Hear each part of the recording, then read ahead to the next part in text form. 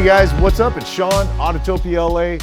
Right before we jump into this, I'm gonna keep throwing reminders at you. Number one, our new shirt.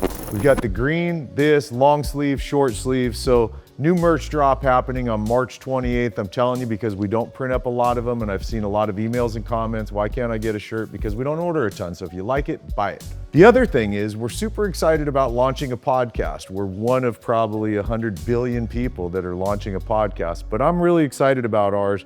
We're looking at mid-April. I promise I'll let you know when the first episode drops, but it's gonna be called Autotopia LA Podcast, so it's super easy to find. With that said, really excited to get into this one because I know these guys and this thing's gonna be nasty. So let's bring Dave in here and he's gonna talk about his bonkers fucking Blazer. How you doing, Sean? Good. Good. First question is, did you drive it down or did you? I did trailer it because Okay. I haven't seen it for 3 months. Been at Buddy's shop, 2 High PSI over in Oxnard. Okay. And they did some special stuff to our little engine here. I'm excited to be riding with you. So you guys, there's my buddy Frankie with the Buick G-Body. A lot of people have seen that episode. You guys are all part of that hardcore autocross world. Yes. What year Blazer? This is a 1973. I've had it since 2020, July of 2020. So I bought it sight unseen. Not that long, man. Yeah, out of Nampa, Idaho. It was a little bit of a hunting rig and I bought it from the original owner. And it was originally this Second color. owner car. Yeah. All right, so you get it and it's a running, driving. Yeah. Are you planning on running and driving it that way or were you planning on this from the get-go? I was gonna initially build like an original looking 4x4, take it back to, its original look. We were actually gonna do a patina ochre white and try to take off that camo. There was too much going on underneath, too many layers, a lot of rust. So I got with my painter guy and my body guy and I was like, I think I want to paint it. It's morphed into this and I'm pretty stoked on how it's come out. And I say this for anyone that doesn't understand autocross because it's probably the worst spectator motorsport that exists. I know they're hauling ass, but it's just so boring to watch. I don't even know where you're supposed to turn. I don't know what's a straightaway, a braking zone. You know what I'm saying, I get it, dude. I get it. But I've sat in the car with Frankie on a couple laps a few years back in the G-Body. And dude, I was grabbing my straps to get them tighter. You never know what the next turn's gonna be. You guys get after it. So your vehicles have to. This can't be light. No, it's 4,000 pounds. Heavier than I anticipated. I was like, shorter body, same type of body as a C10, and shorter, but there's actually more metal underneath this thing. So we're 4,000 pounds. Let's pull the hood and then we'll dig in on all the kind of mechanical components. Yeah, just nasty, dude. This is so stupid, I love it. And you said it's a 5.3. It's only a 5.3. It's gotta be fully built then. It is. So stock crank that's been polished and gone over. Rods, pistons, rings. The heads have had a little bit of work done to them, but nothing beyond stock actually. So this is a stock bore. Like it's 325 cubic inches. And you're getting how much power out of it? 1,000. We just did dyno and I have papers to prove it. So we're about just shy of 850 at the wheel. Okay, so explain like what all's been done here. By the way, all the piping is really beautiful. Thank you. So do you do all this yourself, by the way? I have a lot of friends that are fabricators. And so my buddy Marcus Fry, he has a Wicked 510 I've kind of shared with you about. He did a lot of my manual bent stuff. He does a lot of my welding and TIG welding. But as far as the design, what I wanted, it was basically myself and my guys at NorCal Garage. As far as the engine and the build goes, it's a Gen 5 LT, so it's the new modern V8 from Chevrolet. It's 5.3, 325 cubic inches. Nothing's been changed there. We have a ton of work done to it. My buddy Pork Chop, you've done a couple cars with his motor in there. Okay. He built this motor through and through. We have 2 high PSI, so this has port injection over direct injection. So I'm running 16 injectors. All the time. All the time. And 2 computers. All the time. When the boost hits, we got 2 computers working simultaneously in unison, making this thing put out 1,000 horsepower at the push of a button. So you can run like low boost, high boost, you've got it all.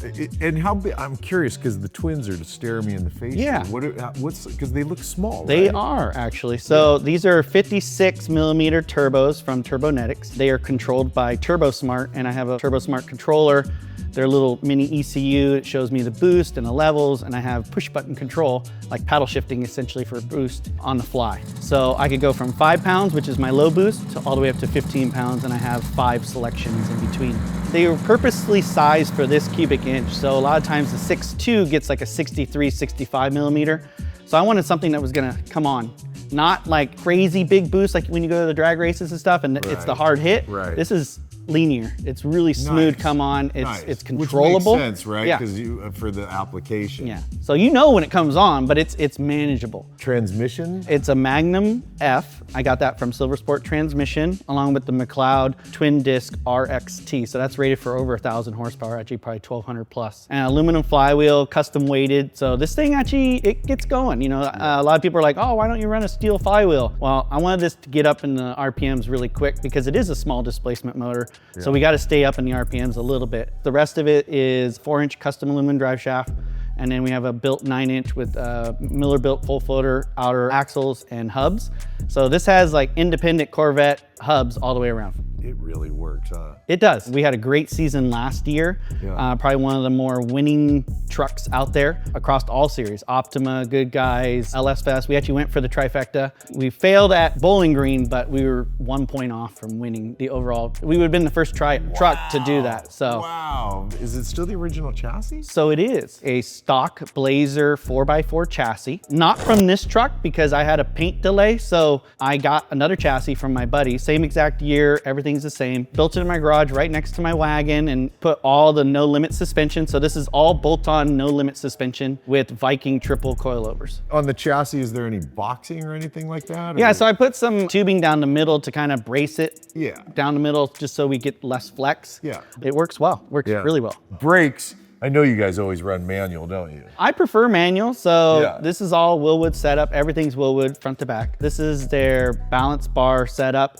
with twin masters. And then we run down, we do have ABS set up on this. So, you know, not stock, not original. No, I know, obviously. You guys have to do that for the brake stock. So this is the MK60 BMW ABS system. And then I have Willwood 14-inch rotors and 6-piston calipers all the way around. So it stops pretty good. And I have full adjustability, which is really nice. And then also their master as well. Do you run E85 on it too? Yeah, actually it's a full flex fuel system, Rick's custom tank, all custom fuel lines. So I can run as low as 91, all the way up to 114, but it's mainly on E when I go to competition. Yeah. Are you running forge lines? No, actually these are Youngbloods. This is actually a one-off wheel. There's no other wheel in production. That's this version. Is it a 3-piece? It is a 3-piece. It's all custom. We actually are running a square setup. So this is a Youngblood X6. It's actually my design. And I worked closely with Ryan that owns Youngblood. 19 by 12 square. And then we're running Falcon, a Zenith RT 660, 315, 19 square. God, this thing's got to grab. Huh? It does. I mean, it's got to really want to turn in hard. It does. So badass, dude. Now, it wasn't a rag already, was it? No, so it was a hard top. I still have the original hard top. So you lose all that weight. I lost about 150 to 180 pounds, but that was the goal, is to bring this down, because this was like 4,800 pounds when it was a 4x4. Sure. Now, is it shedding 150, including the addition of the cage? No, obviously I brought back a little bit of rigidity. Yeah, top weight. Yeah, sure. So your cage is from here back. Yes, so it's essentially a roll bar. The initial idea of this Blazer was actually a beach cruiser. I'm not gonna lie. I'll go to the race Friday, Saturday, come home, and then Sunday we go to the beach, and I will put all the beach stuff in this and we cruise to the beach. So cool. You know? By the way, and we'll get into your interior, but I can't help but look. That is cool. See, what do you have, 2 kids? I have 2 boys. You're their hero. Yeah, and we've had a lot of fun. They've actually been able to go around the track with me many times. They're both as hungry as I am when it comes to speed. That's why I'm into cars, right? My dad and my uncle got me into it. You know, I'm sure you had something similar, and now you're doing that to your kids. These kids are gonna grow up in a world of driving iPhones, and they're gonna be like, nah, man, I got dad's Blazer. Exactly. You know? So now all the stickers all over, that's all different people that support and sponsor? 100%. Yeah. No Limit, Youngblood, Chevy Performance, Meta Chevrolet, Willwood, Falcon, McLeod, Viking, Amsoil. I run Amsoil all throughout. Where's your exhaust dump at? My exhaust actually dumps out the bottom corners underneath the bumper, and the bumpers are actually all tucked. So I got rid of the valence, and actually all the exhaust runs outside the frame, and it lets the heat escape, because when you're inside the frames, it all stays right in the middle of the truck. If you're a square body guy, I actually put a regular tailgate on here. So this is not a Blazer tailgate. I saved 100 pounds by switching it out to this tailgate. So this is a regular truck. I have a little insert right here that I made for display for Optima. Holds my custom painted ice chest of the era to match. Super cool. Got to do that. Really good. I love that you actually cut out for your helmet. Did you guys build the cage? Yeah, my buddy Ryan Agan, who's a fabricator, Ultra 4 guy, he fabricated that. Another guy by the name of Justin Hall also had a part in it. So all his design, I wanted low profile, I wanted something to be underneath the roof line, obviously, and something that was gonna be safe. And then is this all something you're able to buy? Or? Yeah, actually this is from Soft Topper. So Best Top, I think, owns Soft Topper. More or less a bolt-on situation, except the front I had to fabricate. So this top has been over 160 miles an hour. For one, just simply the look of it's great. Yeah. It's so and it's very versatile because I can go down if it starts to get cold or windy and the kids don't like it or the wife doesn't like it, or I bring it up when it's nice and sunny, like, you know, SoCal here, and we go out and have fun and cruise around. All right, let's go check out the interior here. Wow, it's still stock panels. I wanted a little bit of originality because it kind of takes me back to what it was. Yeah, and 100%. A lot of people actually give me beef about it. And I'm like, it just reminds me of where it came from. And I like them. I mean, it's just fun to have. It is. Same with, like, you know, I mean, obviously I can tell you changed some stuff here, but like you sit in here, you still know you're in a Blazer. Exactly. I mean, obviously seats, which by the way, these are great. So these are from PRP. And it's actually like an off-road seat. So it kind of has a little bit of spring to them. And when you're harnessed in, throwing it around, you're fine. I'm fine. Dude, this is a super comfortable seat, man. I'm really blown away by these. These are nice. What dash are you running? So this is Autometer, LCD screen. And it's one of like their earliest versions of it. Yeah. So I think you can swipe and change what you're so I could change all the displays and stuff like that, and it's been great. And this is the Turbo Smart controller. I just wanted everything to be very simple, very simplistic. I just wanted to just work.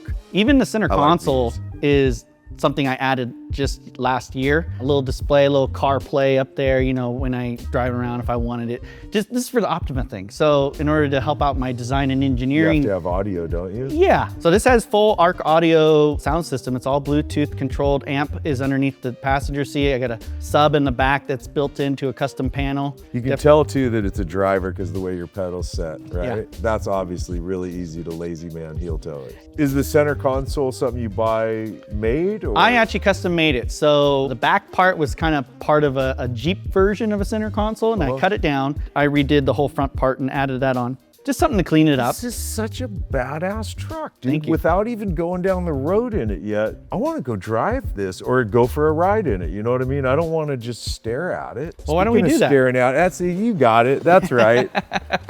Fucking badass. Let's go drive, man. Awesome. Hey, real quick, guys, I want to say thanks to ReoLink for sponsoring today's episode and for setting us up to add on to my camera and security system here at the shop. So what they did was sent us the ReoLink Home Hub and 2 of their Argus PT cameras that offer almost a 360-degree sweep and about a 180-degree tilt. So it gives me the ability to really look around. So we installed them. My buddy Chris, part of the team, installed one out in the front of my shop with a solar panel on it so it'll be charging, one inside the shop to add on to my view of the shop. And what I was really knocked out by is, number one, once the install's done, the simplicity of simply getting the HomeLink plugged into a router, the ReoLink app on your phone, and add device. Boom, the Home Hub's on. Add device, camera, update. The simplicity of it, especially for me not being a tech guy, ReoLink knocked it out of the park with the Home Hub. They really did. So now what I have is the ability to look out in front of my shop, which I did not have before. I can look during the day. I can also flip it over at night and take a look. And I did this last night. I was curious to see what was the clarity like at night. Can totally see what's going on out in front of my shop, but there's light out there. Inside my shop, there's 0 light. I flipped over to the camera inside my shop from ReoLink. I can see what's going on in here. I can swing the camera around. Bottom line, what I'm trying to get to here is I'm really knocked out with not only the simplicity and the ease of it, but the quality of what you see when you look on the app at the cameras. Really, really blown away by this. And by the way, with the solar panel, I don't have to worry about charging the camera out front. So highly recommend. Take a look down in the description of this video if you're looking to add on or create your first home security system. Definitely check it out. You're gonna love the Home Hub. It's mind-boggling how simple it is to use. And with that said, thanks again to ReoLink for sponsoring today's episode. Let's get back into the video.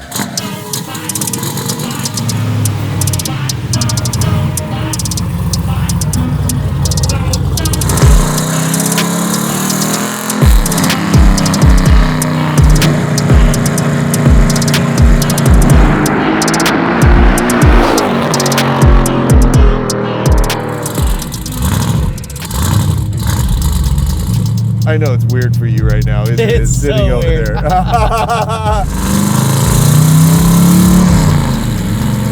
See, it doesn't even feel like it's turbo. So the way you got it set up is your boost, it's coming on real early then. It's coming on earlier, yeah. They're always spinning. Is that part of the reason for the smaller turbos? Yes. So they spin So they quicker, spool right? quicker, yeah. Right.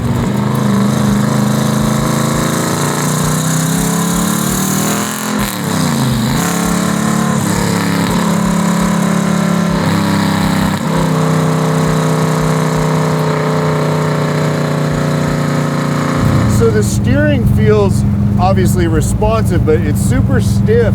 Is part of that because you're running the 315s up front? 315s, a little bit of resistance from the pump. I have a high pressure turn 1 pump on there. The rack is a quick rack. And then I have also shortened steering arm, so it's really, it can be twitchy. Yeah, I like the stiffness of it. That sounds really bad saying that when you're cruising along with some dude, doesn't it?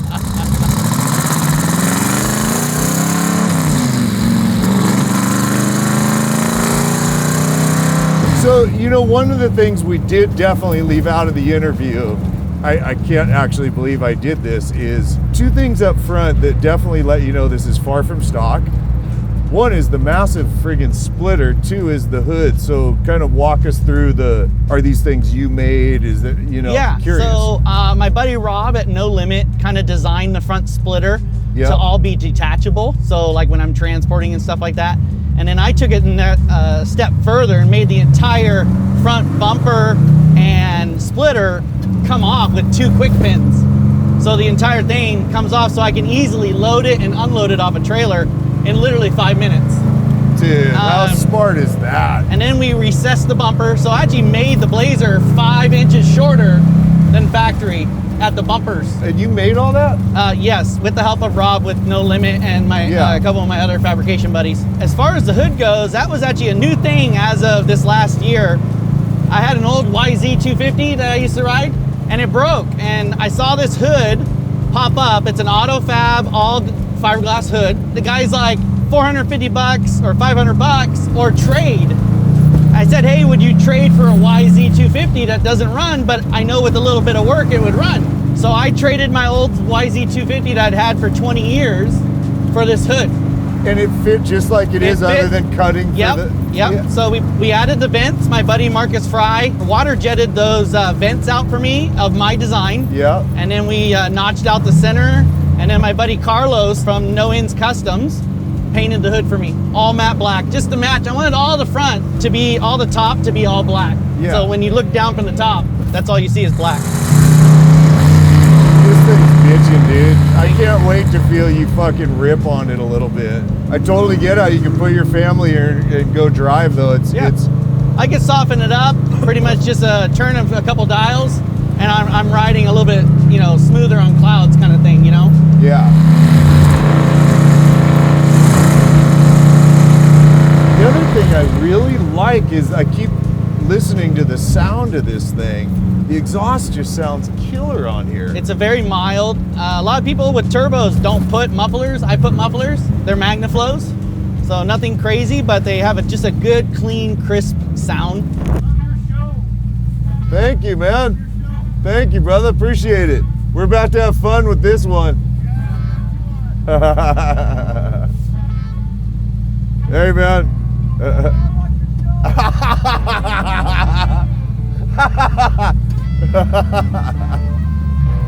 Hey, you can't make that shit up, can you?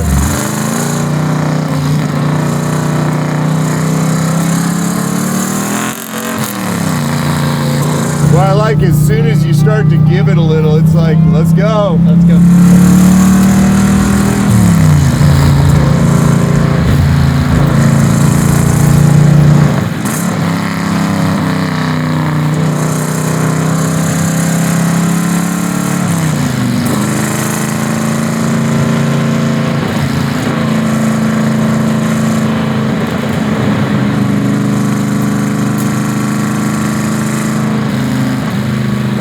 What's your rear end gearing?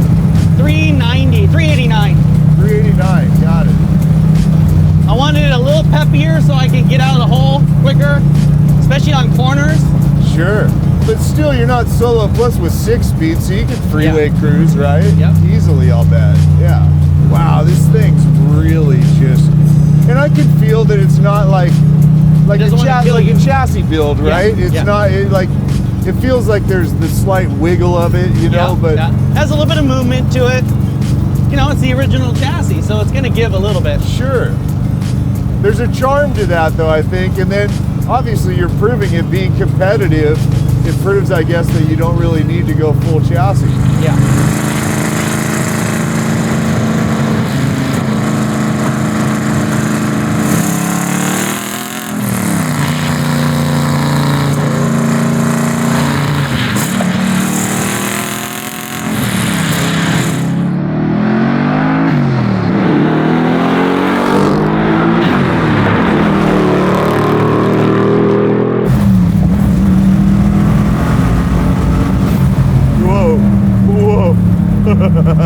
I knew this was gonna be good. It'll just keep pulling too, huh? Yeah. If you stay in it, and it's gonna pull the whole way, huh?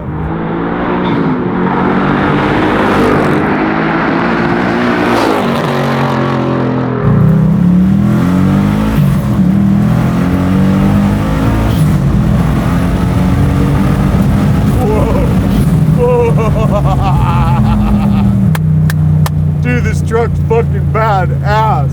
Come on. I like it.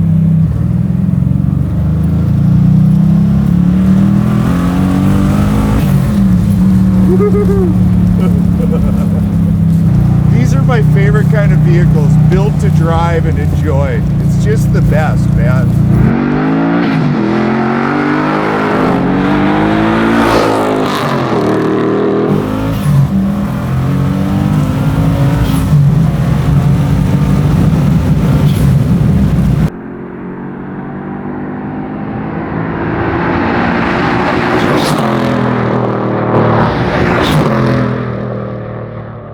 Wow. That was crazy. That was a good one.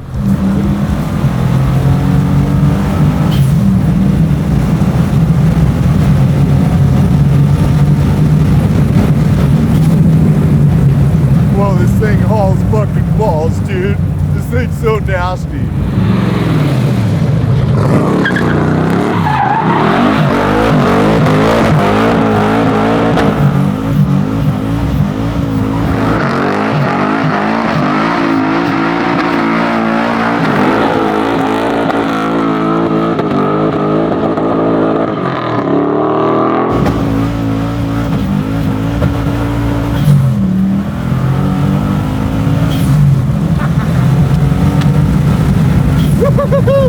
I fucking love this shit, dude.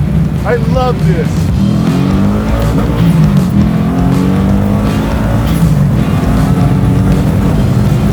God damn.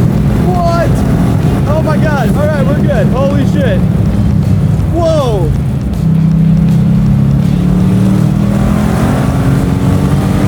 Yeah, you're good. Yo, through the turn. Oh yeah. Wow.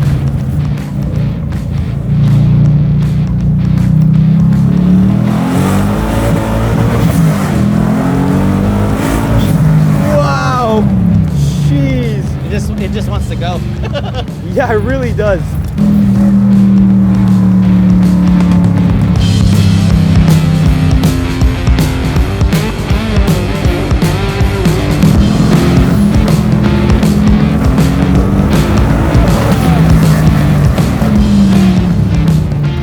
Wow. Jeez, dude. It's scary. It's a scary car.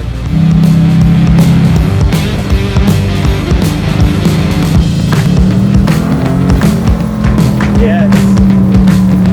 That, my friends, is a simply badass truck. It's purpose built to go drive the piss out of it, and that's exactly what he does. He street drives it, he autocrosses it, he road courses it, he full on gets after it with this thing. Want to remind you about the new merch dropping on March 28th, as well as our new podcast coming sometime in April on the Autotopia LA podcast channel. With that, I say thanks for hanging and watching. I hope you guys enjoyed this one. Later, man.